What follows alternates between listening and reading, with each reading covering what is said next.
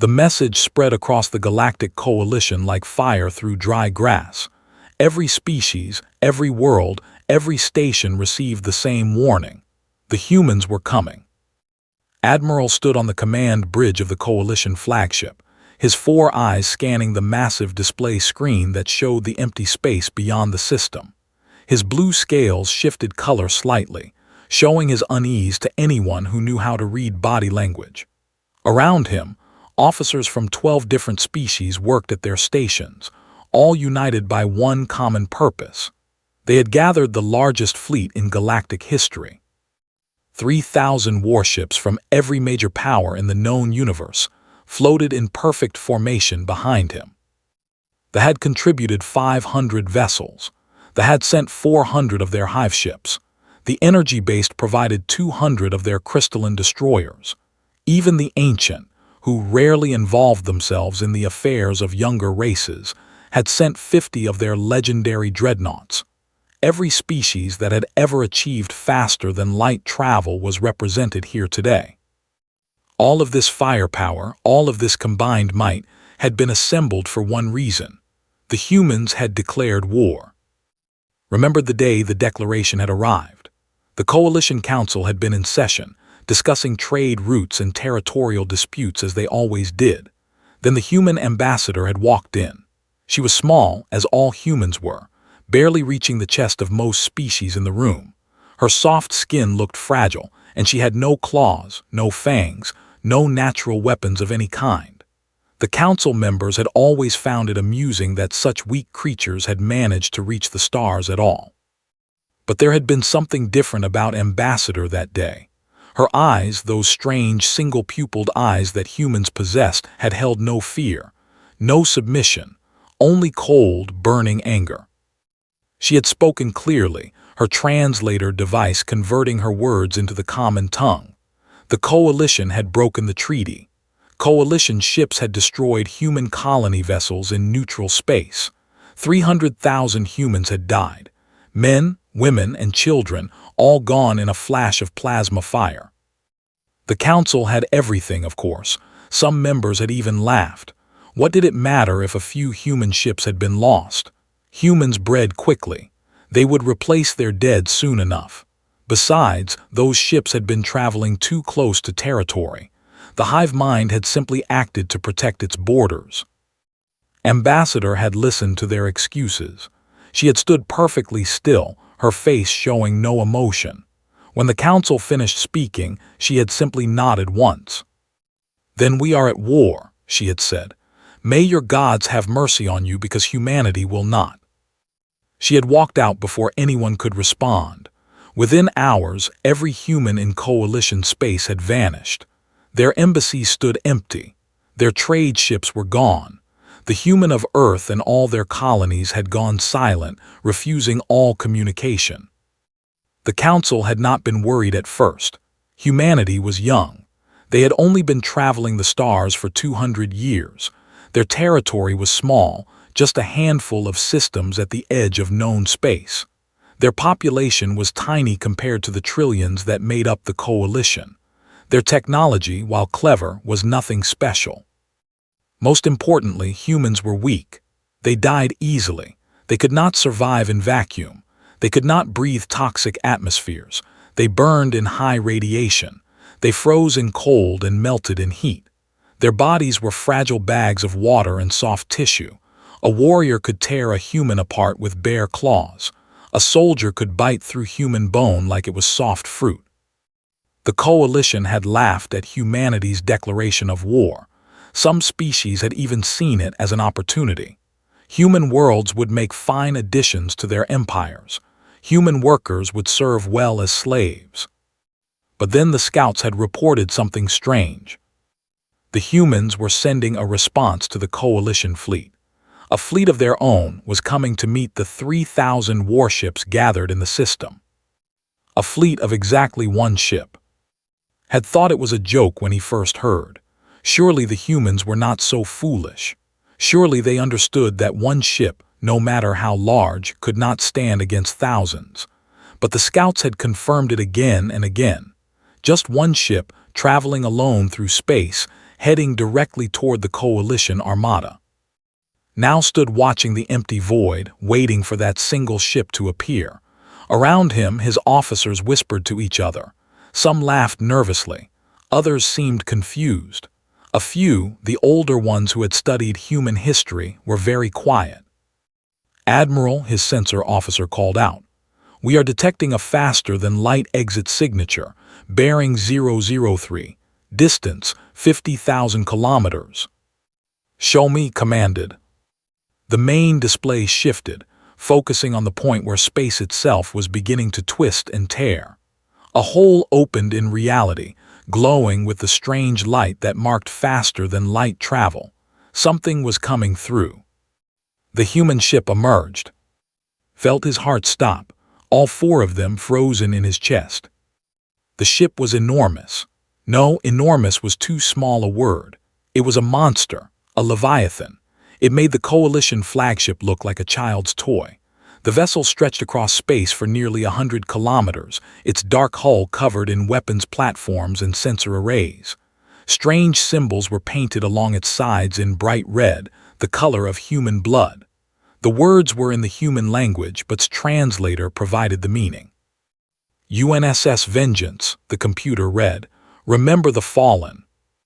The bridge fell silent. Every officer, every species, every being on that command deck stared at the human vessel in shocked disbelief. They had expected something small, something desperate. Instead, they faced a warship that dwarfed anything the galaxy had ever seen. That is impossible," the liaison chittered, its mandibles clicking nervously. "Where did they hide something so large? Our scouts would have seen it being built." "Maybe they built it underground," a officer suggested, its crystalline body flickering with worried light. "Or inside an asteroid. Humans are known for their mining operations." Said nothing. He was studying the human ship, trying to understand what he was seeing. The design was strange. It did not match any human vessel in the Coalition database. The weapon systems were unfamiliar. The engine configuration made no sense according to known physics.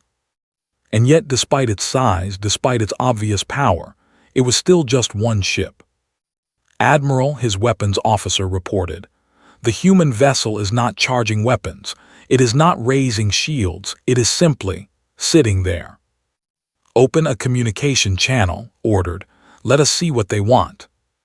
The communication screen activated, showing static for a moment before clearing. A human face appeared. Male, old by human standards, with white hair and deep lines carved into his dark skin. He wore a uniform covered in medals and ribbons, marks of rank and achievement. His eyes were calm, almost peaceful, as if he were sitting at home rather than facing 3,000 enemy warships. "I am Fleet Admiral Washington of the United Nations Spaceship Vengeance," the human said. His voice was deep and steady. "You have gathered quite an impressive fleet, Coalition. I am honored that you took our declaration so seriously." Forced his scales to remain neutral, hiding his uncertainty. "I am Admiral of the Imperial Navy, commanding the Coalition Defense Force. Human, you are surrounded and your single ship, no matter how large, cannot hope to defeat us. I offer you one chance to surrender. Power down your weapons and prepare to be boarded. You will be treated fairly as prisoners of war." The human smiled. It was not a pleasant expression. Humans showed their teeth when they smiled, those flat, blunt teeth that seemed so harmless. But something about this particular smile made deeply uncomfortable. "Admiral," Washington said slowly, "I appreciate your concern for but I think there has been a misunderstanding. I am not here to fight your fleet." Scales shifted slightly with confusion. "Then why are you here? Why send a warship to meet us if not to fight?" "I said I am not here to fight your fleet," Washington repeated. "I am here to give you one chance to surrender to us." Laughter erupted across the bridge. Officers from a dozen species found the idea hilarious.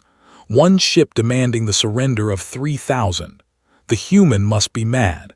Brain damage, perhaps, or some kind of psychological breakdown. But did not laugh. He was watching the human's face. There was no madness there, no fear, no uncertainty, just that same calm, patient expression, the look of someone who knew something others did not. "Human," said carefully, "you cannot be serious. Look around you. You are one ship against thousands. We could destroy you 100 times over." "Could you," Washington asked, "tell me, Admiral, do you know why we sent only one ship?" "Arrogance," suggested, "stupidity, a desire for martyrdom." Washington shook his head slowly. "We sent one ship because one ship is all we need. The Vengeance is not here to engage in battle. It is here to deliver a message, and to give you exactly 30 minutes to accept our terms." "And what happens after 30 minutes?"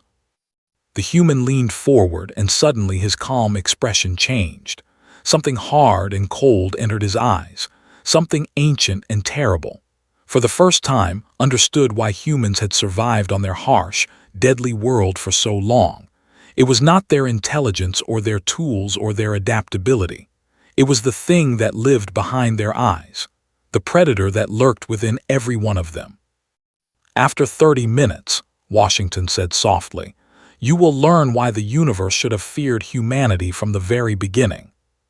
The communication cut off. The screen went dark.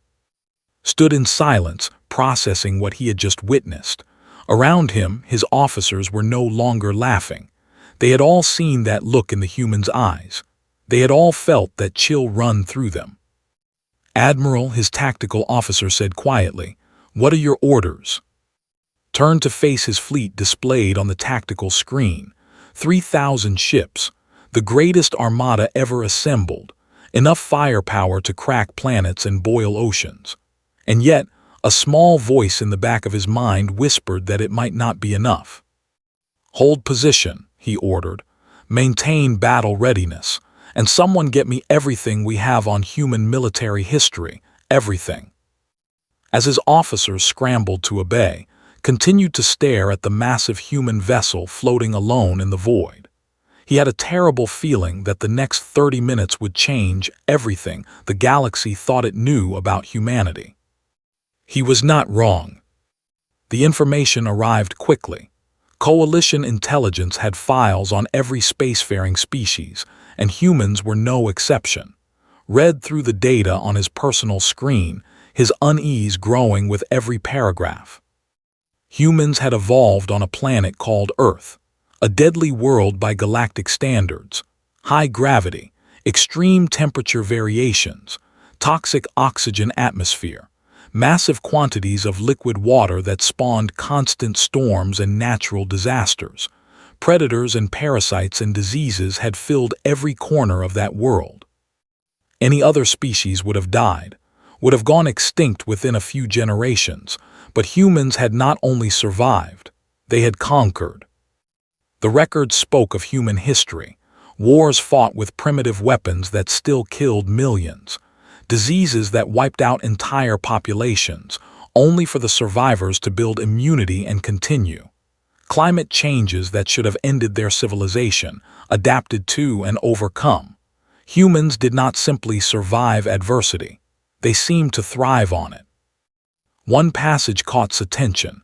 It described something called adaptation pressure. The theory suggested that the harsher an environment, the more capable its survivors became. Earth was harsh. Earth was deadly. And Earth had spent millions of years forging humanity into something the galaxy had never seen before. A species that refused to give up. A species that would rather die than surrender. A species that remembered every wrong done to them and repaid it 1,000-fold. The file also mentioned something called human military doctrine. It was based on a concept that translated roughly as overwhelming force.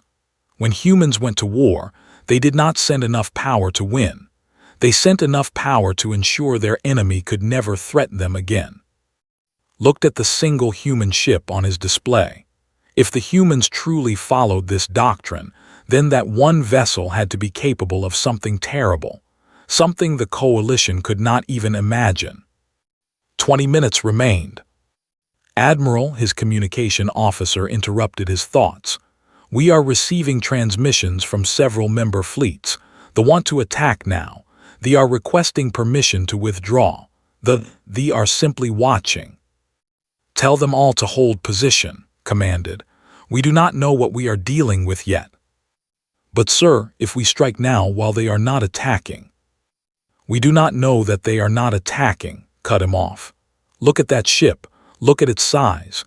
Do you truly believe the humans came all this way just to die? The officer fell silent. Continued reading the human files. He found records of human wars, conflicts that had killed hundreds of millions of their own kind, weapons that could destroy entire cities in a single flash of light, poisons that could make planets uninhabitable for generations, diseases engineered in laboratories designed to kill as efficiently as possible. Humans were creative in their destruction, terrifyingly creative. And then found the part of the file that made his scales go completely white. It was classified information, locked behind security protocols that he had never before had clearance to access. But now, facing a human war declaration, the data had been unlocked for command officers. The file described human scientific capabilities, not their public research, not their official technology, the secret projects, the weapons they had developed but never used. Dimensional manipulation, time-space disruption, reality anchors, causality bombs.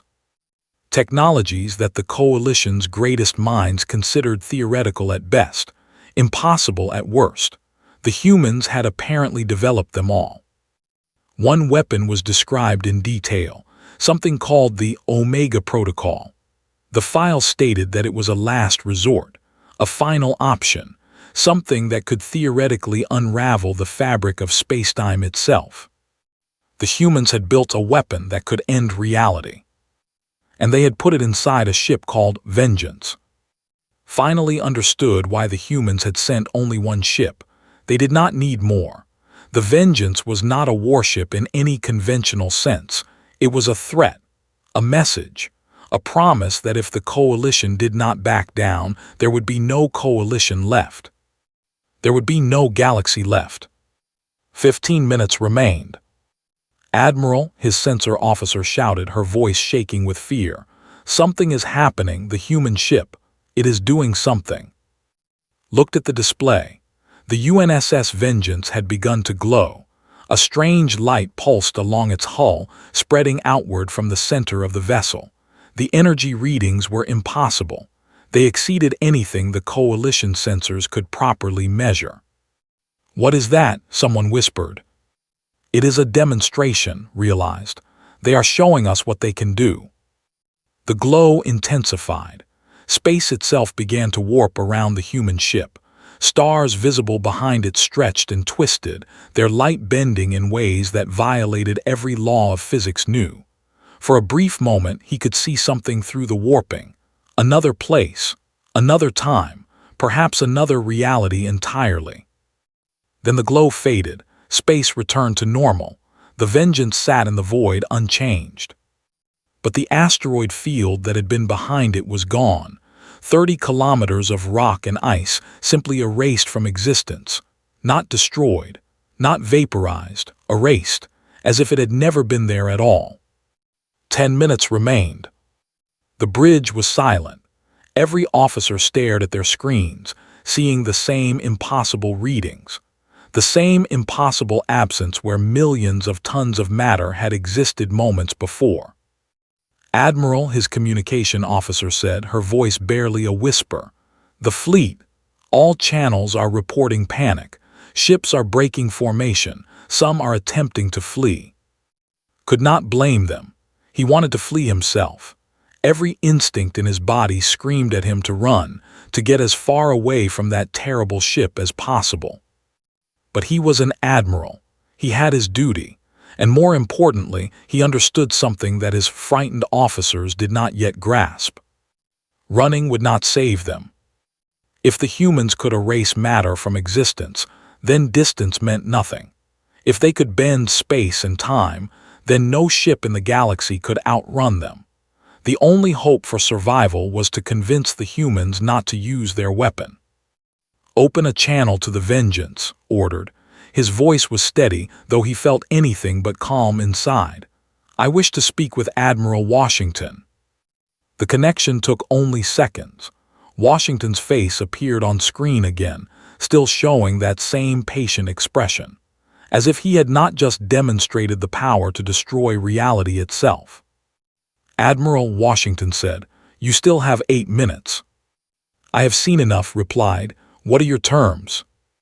For the first time, something that might have been respect crossed Washington's face. "You are wiser than I expected. Most species would have wasted those 8 minutes in denial and fear." "I am not most species, and I am not foolish enough to believe that honor is worth more than existence. Your terms, human. What do you want?" Washington nodded slowly. "Very well. The terms are simple.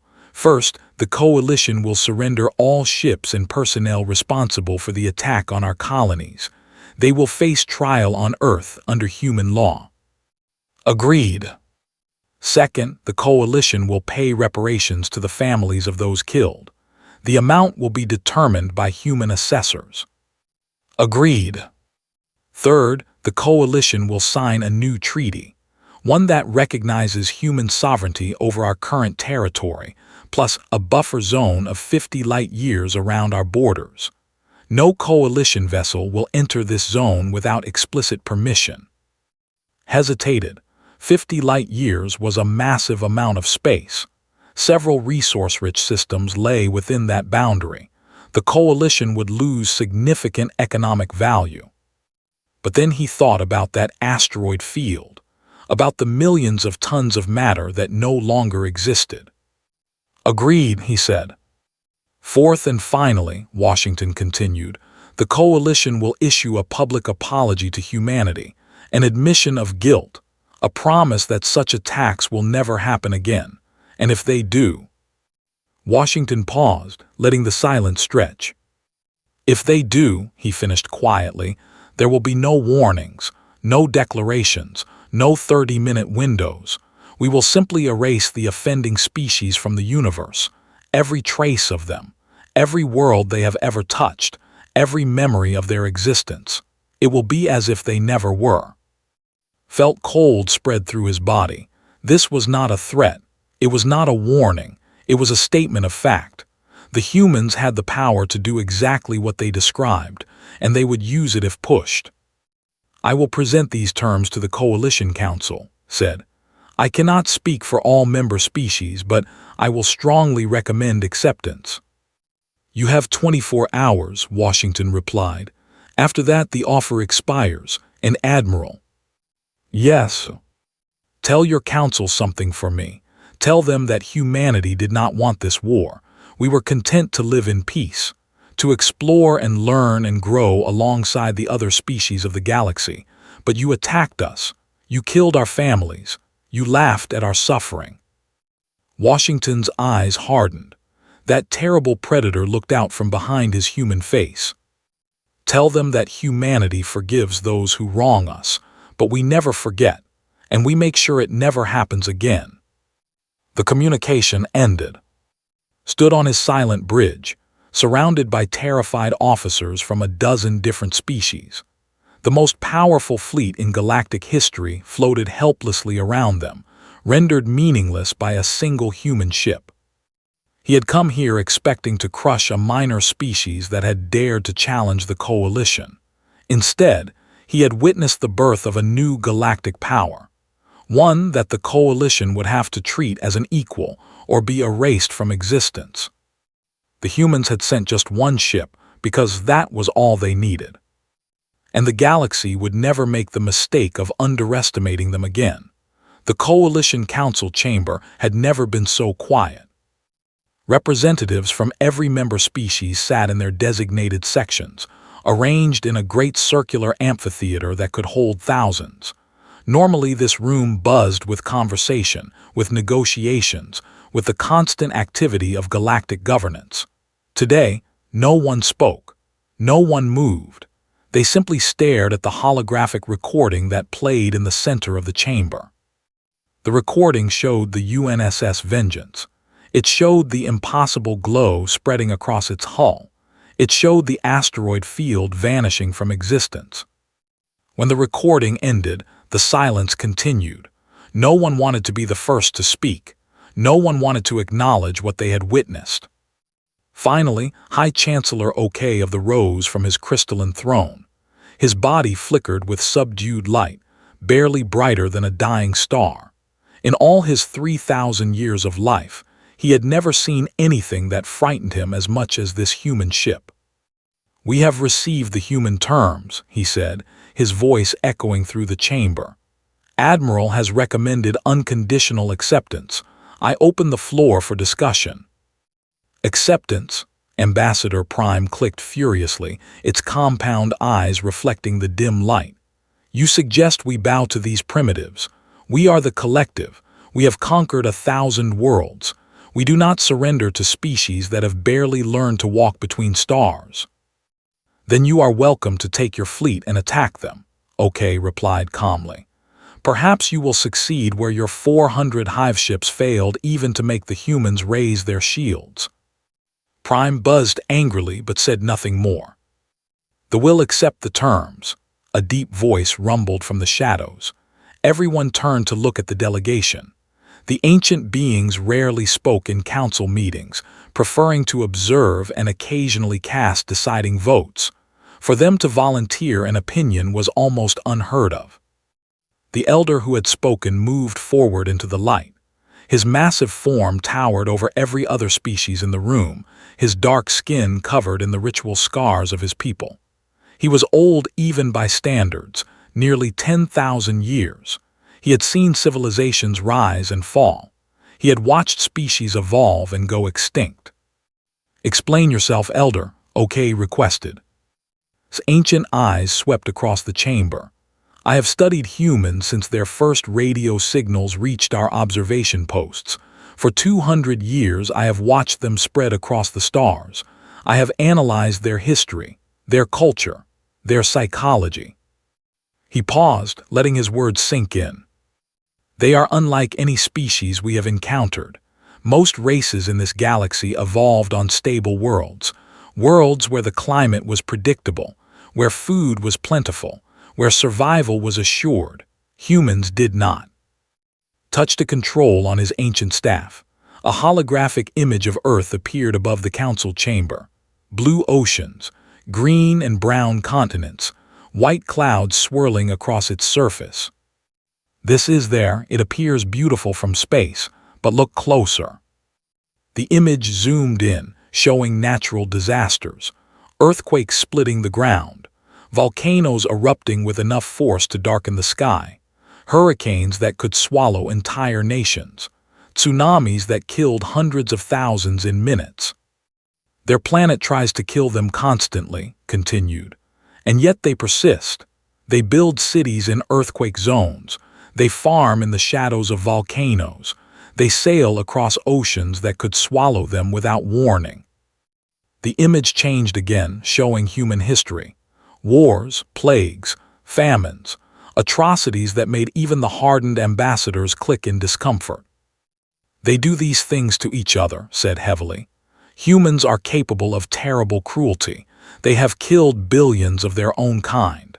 They have developed weapons that could destroy their entire civilization many times over, and yet they never use those weapons. Not fully, not completely." "Why?" someone asked. "Because humans are also capable of something else, something that I do not fully understand even after 2 centuries of study." Eyes grew distant. "They call it hope, the belief that tomorrow can be better than today, that suffering has purpose, that death is not the end but merely a transformation." He turned to face the council directly. "I have seen many species face extinction. Most give up. They accept their fate. They fade away quietly. But humans rage against death. They claw their way back from the brink again and again. They take their worst tragedies and transform them into fuel for survival." Pointed at the frozen image of the Vengeance.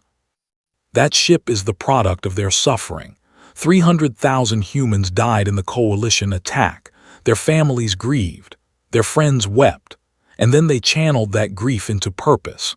They built a weapon that could destroy us all, not out of madness or hatred, but out of necessity, out of the absolute refusal to let such a thing happen again.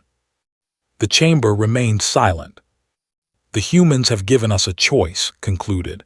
We can accept their terms and live. We can learn from them, perhaps even befriend them in time, or we can fight them and die. There is no third option. There is no middle ground. This is the reality we face. He stepped back into the shadows.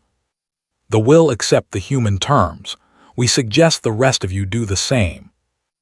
Hours of debate followed. The raged and threatened. The military commanders argued for honor and resistance. Smaller species worried about losing resources and territory. Political factions saw opportunities for advancement and exploitation. But in the end, the vote was unanimous. The coalition accepted humanity's terms. 3 days later, a human delegation arrived at the coalition capital world of Nexus Prime. Their transport ship was small and unassuming, a stark contrast to the terrifying Vengeance. But every being on the planet knew that the small ship carried representatives of a power that could end their existence with a thought. Ambassador led the delegation. The same woman who had declared war only weeks before now walked through the streets of Nexus Prime with her head held high. Guards from every coalition species lined her path, not to protect her, but to ensure that no one attempted anything foolish. She was escorted to the Hall of Treaties, where the formal surrender would take place. The Coalition Council awaited her, along with billions of viewers watching from across the galaxy. This moment would be recorded in history forever. Chancellor OK stepped forward to greet her. Ambassador, humanity's terms have been accepted. We are prepared to sign the treaty. Nodded politely. Thank you, Chancellor, but before we proceed, I have a statement to make on behalf of humanity. She turned to face the assembled council and the cameras that broadcast her image across the stars. The coalition has portrayed humans as aggressors, as warmongers, as dangerous primitives who threaten galactic peace. Her voice was calm but carried clearly through the massive chamber. This is a lie. Murmurs rippled through the audience. Humanity did not want this conflict. We spent 200 years trying to join the galactic community as equals. We offered technology. We offered trade. We offered friendship. And in return, we received contempt. She paused, letting her words sink in. Your ships violated our borders. Your merchants cheated our traders. Your scientists stole our research. And when we complained, we were told to accept our place. We were told that humans were inferior, that we should be grateful for whatever scraps the coalition chose to give us. We tolerated these insults because we hoped for peace. We believed that patience and diplomacy would eventually earn us respect. We were wrong. Her eyes hardened. When your warships destroyed our colony fleet, when 300,000 innocent people were murdered in cold blood, we finally understood the truth. The coalition will never see humans as equals. You will only respect us if we make you afraid.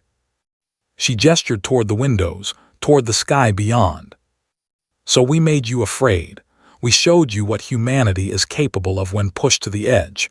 We revealed the weapons we hoped never to use. And now you know. Now the entire galaxy knows. Ambassador straightened her shoulders. Let me be clear about something. The UNSS Vengeance is not our only ship with dimensional capabilities. It is not even our most powerful. We have spent the last century preparing for this day. Not because we wanted war, but because we knew that one day the galaxy would force us to defend ourselves. The council members exchanged worried glances. The weapons aboard the Vengeance are terrible. They could destroy entire star systems. They could unravel the fabric of reality itself. We built them because we had no other choice. But we also built something else, something that I think you need to see. She touched a device on her wrist. The holographic displays in the chamber flickered, then showed a new image. A planet, blue and green and beautiful, orbiting a yellow sun. This is New Hope, one of our colony worlds. 3 years ago, it was struck by a massive asteroid. The impact would have killed everyone on the planet. Billions of humans would have died. The image changed, showing a vast structure in orbit above the planet. Instead, we used our dimensional technology to deflect the asteroid. We created a fold in space that redirected it safely away from the planet. Not a single person was harmed. Another image appeared. A sick world, its atmosphere choked with pollution, its oceans dead. This is 4. A world your coalition stripped of resources and abandoned. The native species was going extinct, poisoned by the industrial waste left behind. We offered to help. The coalition refused, so we helped anyway. The image showed the same planet but transformed. Green forests, clear skies, clean water. We used our technology to heal the damage. We cleaned the atmosphere. We restored the oceans. The will survive. Their children will have a future. Looked at the council members, her expression softening slightly. Humanity has the power to destroy, but we also have the power to create, to heal, to build. We would rather use our gifts to help others than to hurt them, but we will not let anyone hurt us without consequences. She held out her hand to Chancellor OK. The choice is yours, Coalition. You can see us as enemies, as threats, as monsters to be feared, or you can see us as what we truly are, potential allies, partners in exploring this vast universe, friends who would rather share our knowledge than use it as a weapon. Chancellor OK stared at her hand for a long moment. The entire galaxy watched, waiting to see what he would do. Slowly, carefully, he reached out and took her hand. Perhaps, he said quietly, we have much to learn from each other. Ambassador smiled. It was a genuine smile this time, warm and hopeful. Perhaps we do. The treaty was signed. The war ended before it truly began. But the galaxy had changed forever. In the weeks that followed, reports came in from across Coalition space. Human ships began appearing near damaged worlds, offering assistance. They asked nothing in return. They simply helped, then moved on. A colony suffering from a deadly plague received human medical teams who developed a cure within days. A mining station trapped by a collapsed asteroid tunnel was freed by human engineers who used gravitational manipulation to move millions of tons of rock. A hive world running low on food received shipments of genetically modified crops that could grow in their harsh environment. At first, the coalition species were suspicious. They expected tricks, hidden agendas, secret demands, but none came. The humans helped freely and asked for nothing except peaceful coexistence. Elder of the requested a meeting with Ambassador. It was granted immediately. They met in a garden on Nexus Prime, surrounded by flowers from 100 different worlds, sat on a simple bench, feeding small birds that gathered near her feet, stood nearby, studying her with ancient eyes. I do not understand your species, he admitted. Looked up with a small smile. Neither do we most of the time. You have the power to rule the galaxy, to crush all opposition, to make yourselves the supreme authority in all of known space, yet you choose to help your former enemies, to heal worlds that tried to destroy you. Why? Was quiet for a moment, watching the birds. Have you ever heard of a human named Nelson? She asked. Searched his vast memory. A political leader on your, imprisoned for 27 years for opposing his government, later became a leader of his nation. That's right. After 27 years in prison, could have taken revenge on those who imprisoned him. He could have led his people in a bloody war against their oppressors. Many expected him to. Many wanted him to. But he did not. No, he chose forgiveness instead. He chose reconciliation. He believed that the best way to defeat an enemy was to make them a friend. looked up at. Humanity has learned hard lessons over our history. We have seen what hatred does. We have experienced the destruction that comes from endless cycles of revenge. We decided as a species that we did not want to continue down that path. Even when you have the power to win, asked. Especially then, it is easy to be merciful when you are weak. It means nothing. But to show mercy when you have absolute power, that is the true test of character. That is what separates civilization from barbarism. Considered her words. And the vengeance, the weapons that could destroy us all. His expression grew serious. We hope we never have to use them again. They exist because the universe is dangerous and we needed to ensure our survival, but they are tools of last resort. Humanity would rather build than destroy. We would rather create than kill. She stood up, scattering the birds. Give us a chance, Elder, not because we forced you to, not because you fear our weapons. Give us a chance because you have seen what we can do with our power. Judge us by our actions, not by your assumptions. Was silent for a long time. Then slowly he bowed his massive head. I have lived for 10,000 years, he said. I have seen countless species rise and fall. I have watched civilizations burn and others bloom. In all that time, I have never encountered a species quite like humanity. He met her eyes. You frighten me, Ambassador, not because of your weapons, but because you have shown me that I still have things to learn. After 10, you have given me hope that the universe can still surprise me. Smiled gently. Maybe that is humanity's greatest gift, the ability to surprise. She turned and walked away, leaving the ancient alone in the garden with his thoughts. Above them, unseen, a human satellite watched over Nexus Prime. It was one of thousands scattered across the galaxy, monitoring, observing, and protecting. They were not weapons. They were guardians. Silent sentinels ensuring that peace was maintained and that no one attempted to break the treaty. Humanity had come to the stars seeking friends and adventure. They had found enemies and war instead. But in the end, they had found something else, something better. A second chance. And this time they were determined not to waste it. 50 years passed. The galaxy had transformed beyond recognition. What had begun as a forced peace had grown into something no one could have predicted. Humans and coalition species worked together, lived together, and built together. Old hatreds faded. New friendships formed. Children born after the treaty knew nothing of the war that almost happened. To them, humans were simply another species among many, neither feared nor despised. The coalition itself had changed. It was no longer a collection of ancient powers looking down on younger species.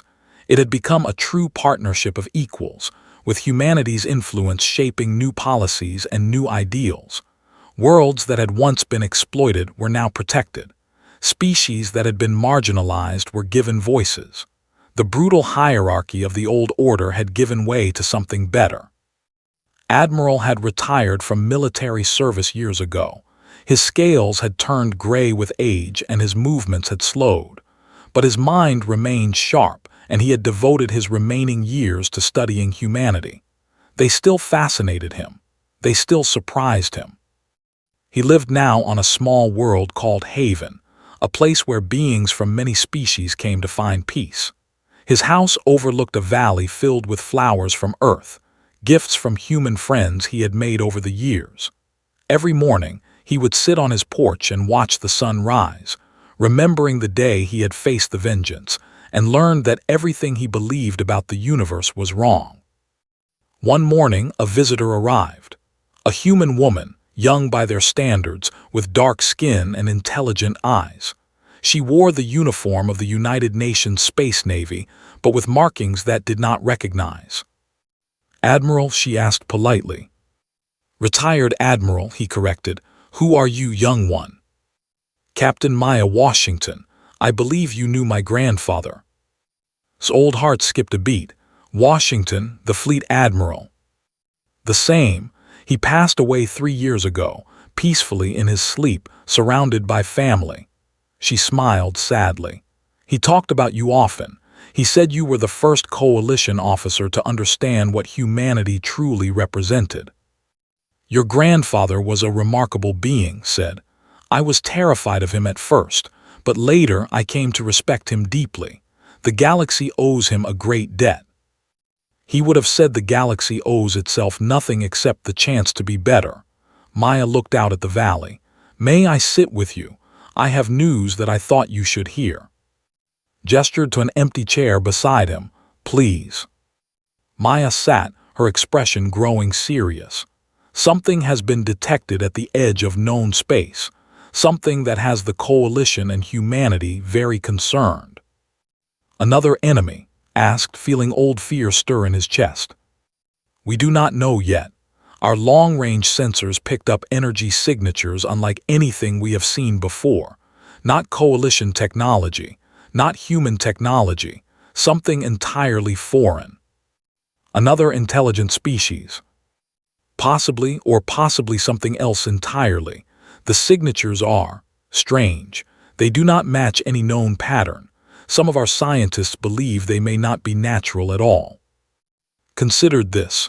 Why are you telling me? I am retired, I have no authority. Because we need your wisdom, Admiral. You have studied humanity longer than almost anyone outside our species. You understand how we think, how we react, and you understand the coalition better than any human could. Maya leaned forward. The Council is going to hold an emergency session. They want to decide how to respond to this new discovery, and they are afraid. Afraid of what? Afraid that humanity will act alone, that we will see this as a threat and deploy the vengeance or something worse, that 50 years of peace will be undone by fear and misunderstanding. Understood. The old distrust still lingered in some hearts. The memory of that day, when humanity revealed its terrible power, had not been completely forgotten. Some coalition species still whispered that the humans were simply biding their time, waiting for an opportunity to conquer everything. And what do the humans want? He asked. Maya smiled. We want partnership. We want to face this together, whatever it is. That is why I am here. My grandfather believed that you could help bridge the gap between our species. He said that if anyone could convince the coalition to trust humanity, it was you. I am old, Captain Washington. My influence has faded. Your reputation has not. You are still remembered as the admiral who chose peace over pride, who listened when others would have fought. The coalition respects you, she paused, and so do we. Was silent for a long time, watching the flowers sway in the morning breeze. Tell me more about these signals, he finally said. Tell me everything. Maya pulled out a small device and projected a holographic display. Strange patterns of light pulsed across the air, accompanied by data streams that struggled to interpret. We first detected them 6 months ago. The source appears to be moving, traveling toward coalition space at significant speed. Our best estimates suggest arrival within 2 years. Moving, frowned ships. We cannot be certain.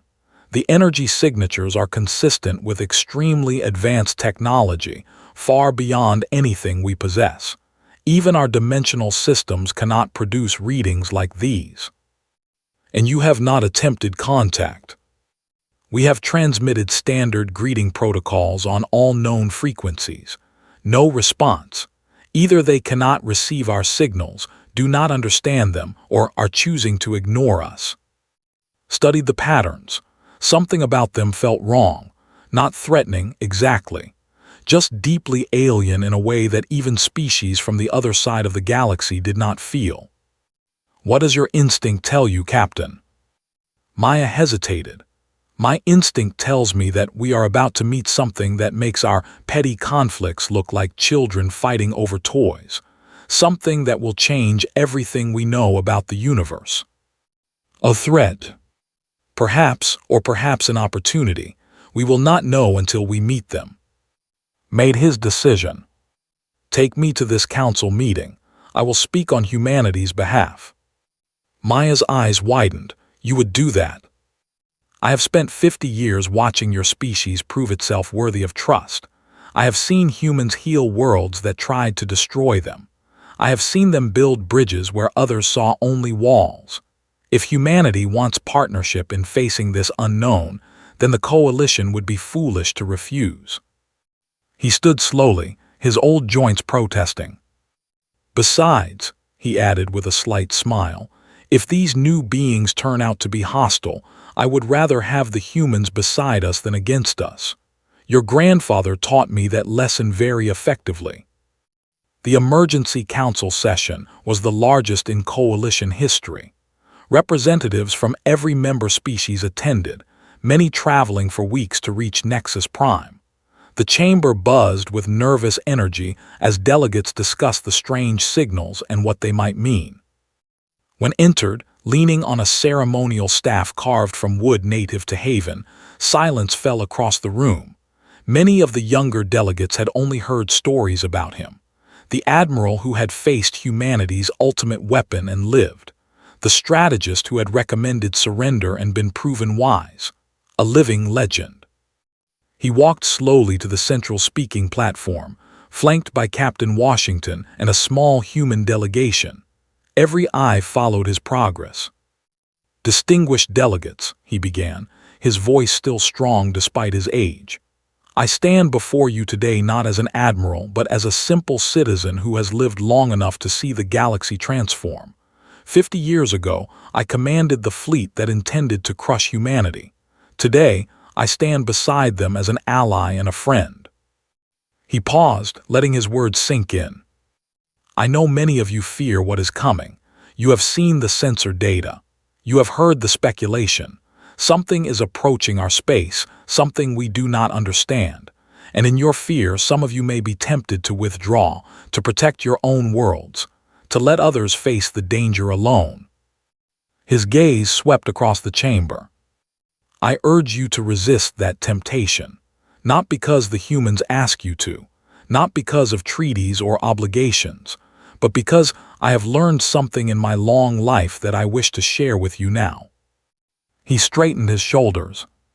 50 years ago, I believed that strength came from weapons, from numbers, from the ability to destroy your enemies before they could destroy you.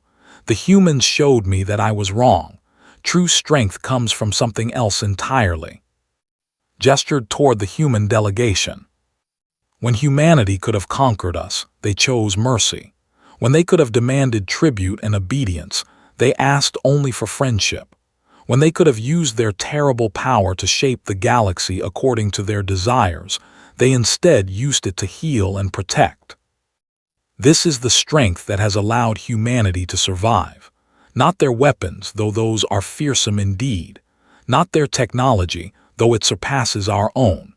It is their ability to take their own suffering and transform it into compassion for others, to remember their past horrors and use those memories to build a better future. He turned back to face the council. Whatever is coming toward us, we cannot face it alone.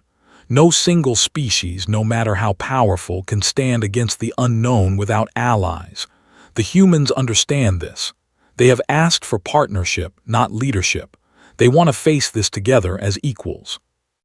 I tell you now, as one who has seen both the best and worst that humanity offers, that we should accept their offer, not because we fear them, but because they have earned our trust, because they have proven themselves worthy of standing beside us in the darkness.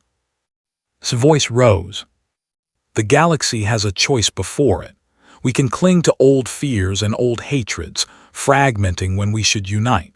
Or we can recognize that we are stronger together than apart, that our differences make us better, not weaker, that the future belongs to those who build bridges, not walls.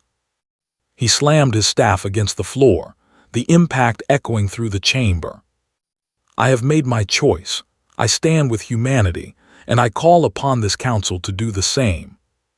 Silence followed his words. Then slowly, Chancellor Oke rose from his throne. The stand with humanity. One by one, other delegates rose. Their chittering voices joining the growing chorus. The collective stands with humanity. Within minutes, the entire council had risen, every species, every world, united for the first time in true partnership. Captain Washington stepped forward, her eyes bright with emotion. On behalf of the United Nations of Earth and its colonies, we accept your partnership with gratitude and humility. Whatever comes, we will face it together. The chamber erupted in applause and cheering. Beings who had once been enemies embraced each other as allies. Old grudges were set aside, replaced by shared purpose. Watched it all with quiet satisfaction. This was what he had hoped for when he recommended accepting humanity's terms 50 years ago. Not just peace, but genuine unity. A galaxy that had learned from its mistakes and chosen to be better. Maya appeared beside him, her face glowing with happiness. "You did it, Admiral. You brought them together." "I only reminded them of what they already knew," replied. "The humans taught us this lesson decades ago. Sometimes the strongest thing you can do is extend your hand in friendship instead of raising it in anger." "My grandfather would have been proud to see this day." "I think he would have," smiled. "He was a wise being, your grandfather, terrifying but wise." Outside the council chamber, preparations began immediately. Human and coalition ships started working together, pooling resources and knowledge. Scientists from dozens of species collaborated on studying the strange signals. Military strategists developed joint defense plans. Diplomats prepared first contact protocols. The UNSS Vengeance emerged from wherever humanity had hidden it, joining a combined fleet that gathered at the edge of known space. This time, the massive ship did not stand alone. Thousands of coalition vessels surrounded it, their crews united in purpose. Elder of the, still alive after more than 10,000 years, watched the fleet assemble from his observation post. "A beautiful sight," he murmured. Admiral stood beside him, having been granted honorary status aboard the combined fleet's command vessel. "I never thought I would live to see the Vengeance flying alongside coalition ships." "The universe has a strange sense of humor," agreed. 50 years ago, that ship represented humanity's power to destroy. Today, it represents our shared power to protect. "Do you think we are ready for what is coming?" Considered the question carefully. "I do not know, but I know this. If any force in the universe can face the unknown and survive, it is a force that includes humanity. They have a gift for adapting to challenges that would break other species." He turned to look at. "And they have taught the rest of us to do the same. That may be their greatest contribution to galactic civilization, not their weapons or their technology, but their refusal to accept defeat, their belief that there is always hope, no matter how dark things become." The strange signals grew stronger as months passed. The unknown vessels drew closer. Tensions rose, but so did determination. When the day finally came, when the first contact was made, the combined fleet stood ready. Human and coalition crews manned their stations together. Commanders from different species coordinated seamlessly. Old enemies had become trusted comrades. And at the front of the formation, the UNSS Vengeance led the way. The same ship that had once terrified the galaxy now served as its shield. The same weapons that could destroy civilizations now stood ready to protect them all. Captain Maya Washington commanded the Vengeance now, having risen through the ranks to earn the position her grandfather once held. She stood on the bridge, surrounded by officers from a dozen different species, watching as the unknown ships finally emerged from the void. They were massive, strange, beautiful in their alienness, and clearly waiting. "Open hailing frequencies," Maya ordered. "All channels, all languages." The message went out, a greeting from the United Galaxy, an offer of friendship, a hope for peace. The universe held its breath.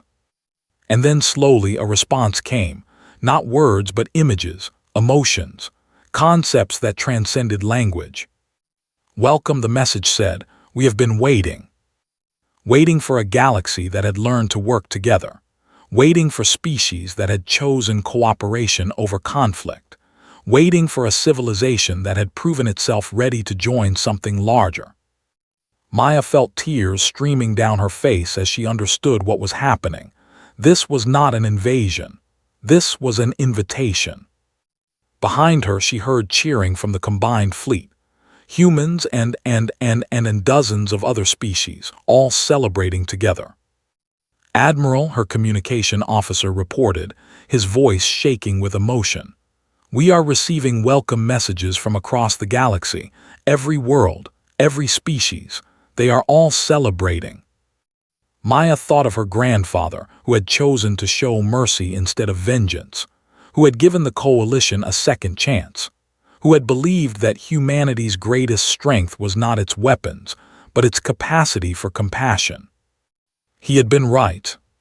She turned to face her crew, her family of different species united by common purpose.